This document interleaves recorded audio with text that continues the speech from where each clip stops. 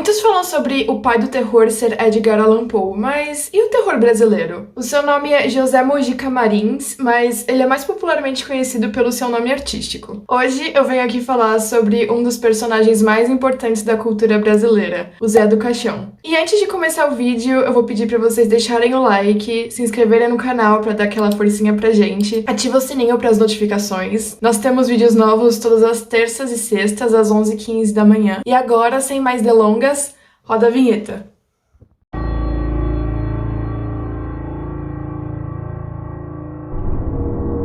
José Mojica Marins nasceu em São Paulo, numa chácara na região da Vila Mariana, numa sexta-feira 13 de março de 1936.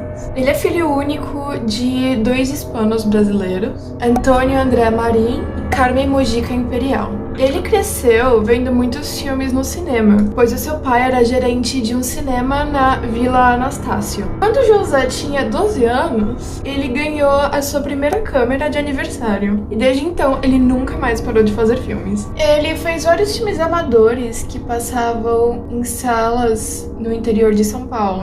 Ele alugava os projetores para passar esses filmes numa loja em que ele trabalhava. E a exibição nesses lugares já pagava todo o custo de produção de seus filmes, que não era muito grande na época. E era uma loucura, ele filmava com quem podia, onde, quando podia, em galinheiros, casa de amigos, qualquer lugar onde dava. José contou numa entrevista que, na época, nesses lugares em que ele apresentava os filmes, eles usavam peruas e não tinham nem alto-falante. A divulgação era feita de boca a boca. Eles divulgavam os atores e as atrizes que iam participar do filme, e quando chegava no local, o filme era sem som. Ele apresentava a atriz e os dois narravam o filme, porque não tinha som. E durante todo esse percurso de exibição e produção do filme, ele tentava arrumar uma namorada de um jeito muito esquisito. A primeira coisa que ele perguntava é: quantos irmãos você tem? Imagina, você conhece uma pessoa e a primeira coisa que ela te pergunta é: quantos irmãos você tem? Pois é, era isso que ele fazia. Mas tinha uma boa razão pra isso. Quanto mais pessoas, melhor, porque ele utilizaria elas pra trabalhar no filme. O maior problema é quando tinha um desentendimento, porque então ele suspendia todo o trabalho. Com 17, ele fundou, com a ajuda de amigos, a Companhia Cinematográfica Atlas, uma escola de interpretação. E dessa forma ele não precisava mais perguntar pras namoradas quantos irmãos ela tinha, porque ele estava formando a sua própria rede de atores. E apaixonado pelo terror escatológico, ele fundou uma escola de atores em 1956. E alguns anos mais tarde, quando ele já estava com 28 anos, ele abriu uma sinagoga no Brás, onde ele testava os atores amadores, colocando eles no seu limite. E eles ficavam expostos a insetos para testar a coragem deles. Ele inventou seu próprio estilo de filmagem. No começo, era considerado um pouco estranho, até mesmo ruim, mas ele foi considerado como cult em festivais internacionais de cinema. E o seu estilo foi considerado um dos inspiradores para o movimento marginal brasileiro, um movimento cinematográfico de contracultura com forte relação ao tropicalismo. Só pra avisar que tem vídeo do Tropicalia aqui nos cards. Volto pro vídeo.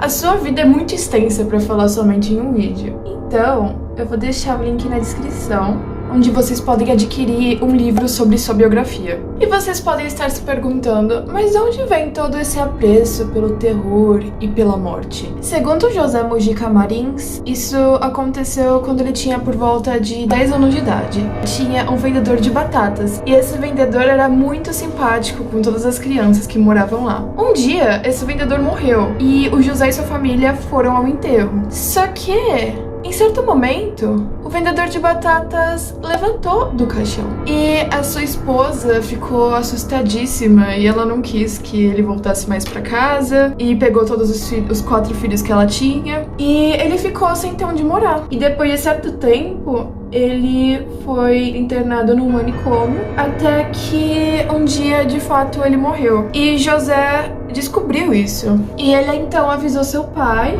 o que tinha acontecido. Aparentemente, o vendedor de batatas havia enlouquecido por causa da solidão, já que ele não conseguia arrumar nem emprego mais depois do que aconteceu, mesmo tendo mudado de cidade. O José e seu pai organizaram um velório. Se não fosse por eles, muito provavelmente esse vendedor de batata teria sido enterrado como um indigente. Agora, voltando um pouquinho para a produção cinematográfica. A fama dele, apesar dele ter feito vários filmes, só veio com o terror. A criação do personagem do Zé do Caixão não veio por conta de referências. Veio por causa de um sonho que, certa noite, ele havia chegado em casa bem cansado e foi jantar. E depois do jantar ele estava sonolento, então ele resolveu ir dormir. Só que entre dormindo e acordado foi onde tudo aconteceu. Ele sonhou que ele estava sendo arrastado para um cemitério e que ele viu na lápide duas datas, a data do seu nascimento e a data de sua morte. Depois desse sonho ou pesadelo, se você preferir, ele acordou aos berros e foi quando ele decidiu que ele faria filmes diferentes dos filmes que ele estava fazendo na época.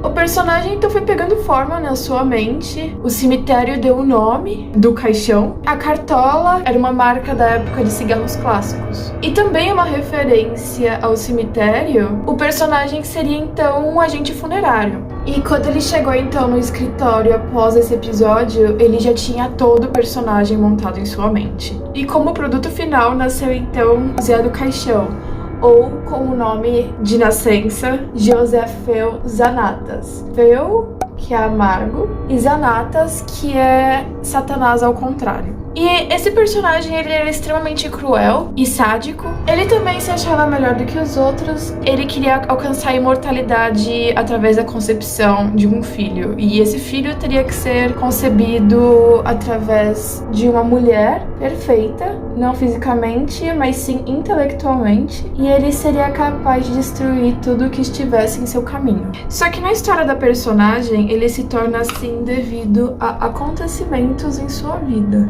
Em sua história, José Feu Zanatas nasceu em berço de ouro e ele tinha um bom coração. Os seus pais eram donos de uma agência funerária e durante a infância ainda, ele conheceu uma menina chamada Sara. E eles se apaixonaram e cresceram e eles queriam se casar. Só que na época também estava acontecendo a Segunda Guerra Mundial. Então vários brasileiros tiveram que se alistar e José Feu foi uma delas. Ele então falou com Sara e eles resolveram que eles iriam se casar quando ele voltasse da guerra. Ele partiu para a Itália, a Sara continuou cuidando da funerária do pai e José Feu e Sara trocavam muitas cartas. Só que uma hora ele parou de responder e ela deduziu que ele estava morto. Acreditando realmente que ele estava morto, ela resolveu que ela ia seguir sua vida e um tempo depois o prefeito pediu ela em casamento e ela aceitou. Em 1945, José Feu então desembarca em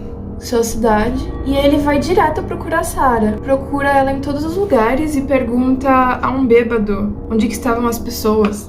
E ele informa que todo mundo estava na casa do prefeito. Então, quando ele chega lá, ele encontra Sara e prefeito juntos e ele saca o revólver e mata os dois. Ele não foi condenado nem preso, porque alegaram que ele estava traumatizado por causa da guerra, mas pra ele não importava mais se ele ia ser preso ou não, porque ele havia perdido o amor da vida dele. A partir desse evento, ele passa a aterrorizar os moradores da cidade e recebe então o apelido de Zé do Caixão. E pra ele, apenas as crianças eram pessoas com corações puros. Apesar dele ser um personagem muito famoso, houveram apenas 3 filmes onde ele era o personagem principal. E eles se chamam A Noite Levarei Sua Alma, de 1964, Essa Noite Encarnarei no Seu Cadáver, de 1967, e também A Encarnação do Demônio, de 2008. Vocês podem encontrar os 3 filmes aqui no YouTube. Os 2 primeiros filmes na época foram censurados na ditadura militar por serem considerados subversivos. Vale dizer também que José Mojica Marins é também reconhecido com bastante renome na gringa, sob o apelido de Coffin Joe.